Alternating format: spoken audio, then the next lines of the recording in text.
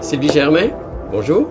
Rebonjour. On parle MADA, on parle de la politique du projet, en tout cas, comment l'appeler? Politique des municipalités, Amis des aînés. Voilà.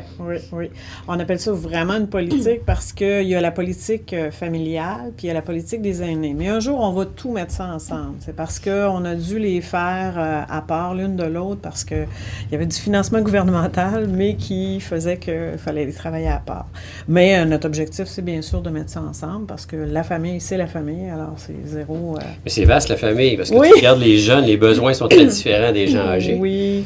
Famille dans le milieu, donc tout ce qui est entre les jeunes et les plus âgés, C'est le fun, c'est si autre tu regardes chose. les jeunes puis ils me montrent comme ça. Voilà. Il y a l'intergénérationnel aussi, hein. Faut pas oublier ça dans la famille. Je pense que c'est important. Et le soutien que les grands-parents apportent beaucoup aux familles. Moi, j'en vois beaucoup là, que les grands-parents vont reconduire les enfants à l'école, soutiennent. Quand il y a une tempête comme aujourd'hui, il n'y a pas d'école. Surprise! C'est ça. Et que tous tes congés parentaux sont épuisés. Cette politique-là, de fait, elle a débuté en 2014. Oui, en fait, on a commencé à la travailler en 2013, mais elle a été active en 2014. Ce qu'on a fait, c'est qu'on est allé chercher des représentants. Nous, c'est pour la MRC de Charlevoix-Ouest, mais il s'est fait la même chose dans l'Est. Okay. Donc, on est allé chercher des représentants des élus dans chacune des municipalités, parce que ces politiques-là, dans le fond, quand elles sont mises en œuvre, c'est via les municipalités. La MRC, nous, on représente, dans le fond, l'organisation qui les réunit pour ça. Donc, on a un plan d'action pour la MRC, puis on en a un aussi là, pour chacune des municipalités. Mais c'est moi, comme agente de développement, qui a été mandatée pour soutenir le travail. Parce que souvent, dans les municipalités, ils n'ont pas nécessairement les ressources ou le temps. Oui, c'est ça. Mais puis chacune des municipalités a des besoins différents. Oui, absolument. Alors, c'est pour ça qu'il y a un plan d'action dans chacune des municipalités, parce qu'on essaie vraiment de faire du prêt-à-porter. Bon, ça se dit-tu, mais en tout cas, quelque chose qui est sur mesure. C'est ça que je cherchais, quelque chose qui est sur mesure pour chacune des municipalités. C'est ça qui est l'objectif, parce que les besoins ne sont pas toujours les mêmes. Je vais vous donner un exemple. Baie-Saint-Paul, il y a 25 % de la population qui a 65 ans et plus. Oh. Alors, c'est un bassin très important. Donc, des fois, les besoins, c'est plus urbain. Alors, on parle de l'organisation spatiale, urbaine, donc les trottoirs, les aménagements, etc. Puis dans d'autres municipalités, ben ça peut être d'autres besoins, une résidence de personnes âgées ou quelque chose comme ça. Alors, c'est pour ça que la politique est vraiment adaptée à chacun. Parce que cette politique-là, c'est d'améliorer la qualité de vie des aînés. Absolument. À tous les niveaux. Oui. Absolument. Dans le fond, je peux parler, on a un guide. Superbe beau magazine. C'est ça, notre magazine 1. On espère qu'il va en avoir un deuxième. Qui est vraiment, là, je pense pas, ça a été distribué dans chacune des maisons en 2014. Et dans le fond, si vous n'en avez pas un exemplaire, vous venez à l'MRC ou vous regardez sur le site mrccharlevoix.ca et vous allez trouver, justement, dans la municipalité Amis des aînés, le guide. C'est une source d'information assez exceptionnelle. Là. Absolument. C'est autant démographique sur la population, chacune des municipalités, les différents projets que chacune des municipalités a travaillé avec des objectifs. Oui. Franchement, là, oui. On ne peut pas plaider l'ignorance. Non, c'est ça. Fallait vraiment faire un portrait pour dire, OK, qui sont nos aînés puis quels sont leurs besoins. Alors, ça a été vraiment par étapes. C'est un gros travail. Là. Il y avait des représentants dans chaque municipalité qui ont réuni des petits comités, 2-3 personnes d'aînés. Ils ont proposé un plan d'action et après, ils ont fait une consultation dans chacune des municipalités et après, on a fait une grande messe, donc une grande consultation avec tout le monde pour être bien certain que ça rejoignait tous les aînés. Donc, les aînés participaient, les élus et tout. Alors, on peut dire que la politique qui est là, c'est une politique qui est vraiment appuyée sur ce qui se passe au niveau du terrain. Alors, ça, c'est... Alors, on a un volet territorial, justement. On a touché, si on veut, les orientations de l'habitation, des espaces extérieurs, bâtiments, comme je dis. Si on veut que les aînés restent actifs, il faut que l'ensemble des réseaux de sentiers, de trottoirs, de tout ça, les services soient disponibles pour les aînés. Donc ça, les municipalités s'en occupent beaucoup. L'accessibilité pour quelqu'un qui est à mobilité réduite, quand on a un escalier de 10 marches à monter pour aller à la municipalité ou aller faire une activité, bien des fois c'est rebutant, on n'y va pas. Alors ça fait partie aussi des éléments. Et puis, quand on parlait, politique familiale, bon, les mamans qui ont aussi, les mamans et les papas, il faut que je dise ça, qui ont une poussette, oui, c'est ça, ça a toujours été ça dans le fond, qui ont une poussette, c'est le même accès pour eux, hein. L'accès qu'on fait pour les aînés, les gens à mobilité réduite, c'est le même accès. Alors, on voit qu'il y a des choses qui se rejoignent. Le transport, c'est très important. Les aînés, surtout en milieu rural, il arrive un moment où, malheureusement, ils n'ont plus leur permis de conduire. Alors, qu'est-ce que tu fais quand tu es dans une municipalité qui est éloignée ou dans un rang? Alors, ça aussi, c'est une préoccupation. Ensuite, il y a tout le volet social, la participation sociale des aînés. C'est des gens, on parlait des porteurs de tradition tout à l'heure. Je pense que tous les aînés, dans le fond, ont un savoir, une expérience. Puis des fois, en vieillissant, ils sentent que, ils ne peuvent rien apporter, mais je pense que c'est super important. Il ne faut pas dire, dans mon temps, on faisait ça comme ça. Je veux dire. Ouais. Parce qu'on se fait rabrouer, comme on dit. Mais effectivement, c'est des gens qui ont de l'expertise. Oui, puis les jeunes apprécient souvent beaucoup d'être avec les aînés parce que c'est des personnes qui les écoutent aussi. Hein. Le monde va vite aujourd'hui, fait que pas tout le temps d'écouter. Alors, la participation sociale, on parle des loisirs, de s'impliquer dans des organismes ou dans des événements et tout ça, c'est important pour les aînés. Il faut ramener ça. Le respect et l'inclusion sociale, la reconnaissance des aînés, parce qu'on est beaucoup dans une société où la jeunesse est mise en valeur et pour cause, parce que, c'est l'avenir. Mais il ne faut pas qu'il y ait un débalancement. Il faut que les deux, dans le fond, aînés et jeunes... Je me souviens d'une publicité d'une marque automobile. Oui. Ça se disait comme ça, « Tasse-toi de là, mon oncle! » Quand tu regardes ça, c'est un petit peu, OK, la jeunesse, toute la place, puis les gens âgés, regarde, t'es dépassé, façon de parler, là. Mais c'est de la conscientisation, là.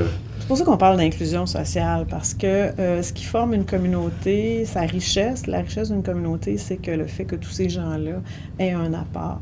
Puis je pense qu'il faut vraiment faire des liens. Et puis l'engagement social et le citoyen, donc c'est ça, je parlais dans la communauté. Puis le soutien communautaire et services de santé, tous les services liés aux aînés. Puis ça nous amène à parler de beaucoup de services qui existent, mais ce qu'on s'est rendu compte, c'est qu'il y a une grande méconnaissance des aînés de ces services-là. Parce que très souvent, on est isolé, on a changé un peu nos habitudes, parce que, comme on disait tantôt, il y a l'inclusion sociale, puis plus on est âgé, moins on est mobile souvent, donc on a tendance à se retirer, puis de fait, on perd contact. Oui, il peut y avoir ça, mais aujourd'hui, notre bête noire à tout le monde, c'est les communications. Il y a beaucoup d'informations partout, puis on dirait que les gens, on n'arrive pas à les informer. C'est à TVCO que ça se passe avec les aînés. C'est ça. Alors, grâce à toi, Herman. Mais et à TVCO. En fait, on s'est rendu compte de ça, même dans la politique familiale. Tous les jours, on s'en rend compte. Je ne sais pas vous autres dans vos domaines, là, mais on dit, mon Dieu, on a mis l'information, mais il faut toujours revenir. Alors, ce qui m'amène à parler de mon outil. Oui. On avait décidé avec justement le comité de produire un petit outil qui va être distribué dans chaque maison. À compter de? À compter de la semaine prochaine. Ah bon, OK. C'est cela. Donc, chaque municipalité a son petit outil. C'est un aimant qui va sur le réfrigérateur. J'ai pas de métal ici, là, mais ça... On va faire le test. On savait qu'il y avait une grande valeur, Annie, mais là, ça confirme. C'est un cœur d'or. Oui, c'est ça, exactement. Et chaque municipalité a fait un effort. On a 6 aimants différents pour aller sur le réfrigérateur ou n'importe quel élément de métal que vous avez chez vous. Et c'est un petit aide-mémoire. Alors, ils sont différents. On les a voulu différents parce que on a premièrement le numéro de la municipalité. Souvent, c'est quelque chose qu'on va chercher. Et on a des organismes communautaires. Je vous donne un exemple. À l'île aux Coudes, il y a l'ancrage qui fait donne beaucoup de services, la popote et tout. Alors, c'est intéressant d'avoir le numéro. Et puis, il y a un CLSC à l'île aux Coudres aussi, c'est important. Alors, on est allé beaucoup dans ces services-là particuliers, chaque municipalité. Et les autres numéros qui sont dans la section blanche sont des numéros... Ah ben tiens, Herman, je vais t'en donner un, ça va être... Et Claudine. Et donc, vous avez l'urgence. C'est fou. On disait, est-ce qu'on met le 911? Mais vous savez, quand on est en panique, en incendie, ce numéro-là ne nous vient peut-être pas nécessairement. Alors, ça peut être intéressant de l'avoir. Info Santé, le 811. Info Service communautaire, 211. Alors, ça, c'est un numéro gouvernemental. Vous avez vraiment, dans votre région, tous les renseignements sur les services Puis, il y a quelque chose, j'ouvre une parenthèse, parce qu'il y a un beau service que j'ai découvert. Comment ça s'appelle? Charlevoix Social. Oui, bien, je vais en parler. Par rapport à ça, pas mes punchs. Ah, ben là. Je ne le voyais pas là-dedans. Ah oui, c'est ça, il est en bas. Ah, OK. On a Info aidant, parce que, vous savez, les gens qui aident les personnes aînées, des fois aussi, puis même les aînés, tu peux aider ton conjoint, ta famille, tout ça, frère, sœur. Des fois, on a besoin d'avoir de l'information. Alors, Info aidant. Aide abus aînés, malheureusement, ça existe encore. Alors ça, il faut... les aînés ont le droit d'avoir une protection, puis eux autres, ils ont des... Oui, c'est ça. Service Québec, tous les services Québec plus gouvernementaux. Ensuite, on a la clinique sans rendez-vous. Donc, des fois, c'est pas toujours évident. Alors, au moins, on a un numéro. Bon, là, j'étais avec la fiche de Baie-Saint-Paul. Bien sûr, il y a CLSC Baie-Saint-Paul, puis il y a la clinique de santé. Parce que le sans rendez-vous se passe à la clinique, mais il y a aussi la clinique de santé qui est une coopérative. Vous pouvez appeler à la coopérative si vous voulez davantage d'informations, vous impliquer aussi. Moi, je reçois beaucoup d'appels téléphoniques pour la coop parce que mon numéro de téléphone est presque identique. Ah, donc... Alors, on me demande souvent un rendez-vous avec le docteur Untel.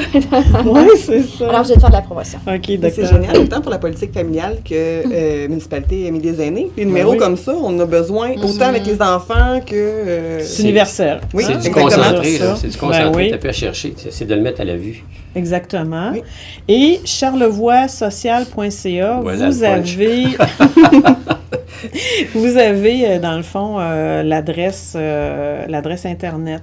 Et charlevoixsocial.ca, je pense que ma collègue Émilie est venue vous en parler.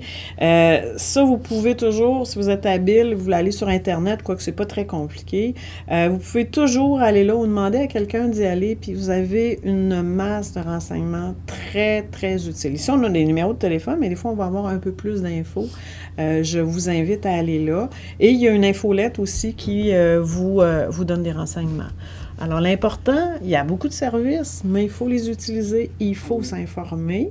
Puis ça m'amène à vous parler. Oui, ça, c'est toujours disponible aussi. C'est le plan d'action. Je vous invite à le regarder. Peut-être qu'il y a des choses qui se passent dans votre municipalité puis ça vous intéresse. N'arrêtez pas sur les dates, parce que c'est marqué 2016, mais le contenu demeure toujours, lui, d'actualité.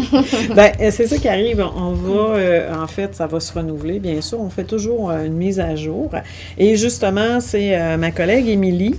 Émilie Dufour, qui s'occupe de Charlevoix Social, qui va reprendre, dans le fond, là, le rôle que j'avais auprès des aînés, parce qu'on a des nouveaux projets, alors je suis affectée à autre chose, mais je reste toujours proche quand même de ça, bien sûr. Alors, il y a comment faire face aux complications. Alors ça, c'est un guide qui a été produit par la table de concertation des aînés de la capitale nationale. Ça, c'était intéressant autant pour les aidants que pour les aînés. Vous avez vraiment de l'information sur, comme par exemple, des fois, c'est quoi les crédits d'impôt qu'on a. Il y a plusieurs éléments qui sont disponibles qu'on ne connaît pas. Ça peut être pour des frais médicaux, ça peut être pour des aidants naturels, ça peut être pour votre habitation, des services que vous prenez, le transport et tout. Et il y a vraiment un ensemble de programmes, aide au logement et tout ça. Souvent, quand on arrive à la retraite, il y a des allocations de logement qu'on peut avoir, mais ça nous paraît peut-être un monde. Alors là, vous avez de l'information. C'est disponible à la MRC. Comment faire face aux complications. Exactement. Je trouve que c'est bien ça, on retrouve ça à la MRC comme tel? Oui, il y en a à la MRC, puis il y en a au centre communautaire, il y en a à la ville de Baie-Saint-Paul, puis il y en a dans chacune des municipalités. Alors, mais si vous ne le trouvez pas, encore donc, là... c'est trois outils, dans le fond, que toute personne devrait avoir à la maison. Absolument. Que ce soit les aidants par rapport à leurs parents, les enfants, et ainsi de suite, intergénérationnel, comme vous le mentionniez. Ça fait que c'est... Ça touche tout le monde. Ben voilà. Il faut juste, faire l'effort d'aller chercher l'information. Elle est là. Elle est là, mais comme vous dites, on a de la difficulté à rejoindre les gens, mais il faut aussi que les gens fassent un effort. Oui, puis il faut savoir que ça peut rapporter aussi, là. Ça peut être aidant, là. Puis on n'a pas de temps à chercher non plus, là. Des fois, c'est là, à notre portée. Alors, faut l'utiliser. Des fois, on se complique la vie pour rien, puis toute l'information est là. Ouais, Et on ne cherche pas aux bonnes places. Effectivement. Merci. Très intéressant. D'autres choses à ajouter là-dessus? Non, c'est bon. C'était pas mal complet. Alors, mesdames et messieurs, vous n'avez pas d'excuses. Vous n'avez plus d'excuses. On fait une petite pause, puis on vous revient dans quelques instants.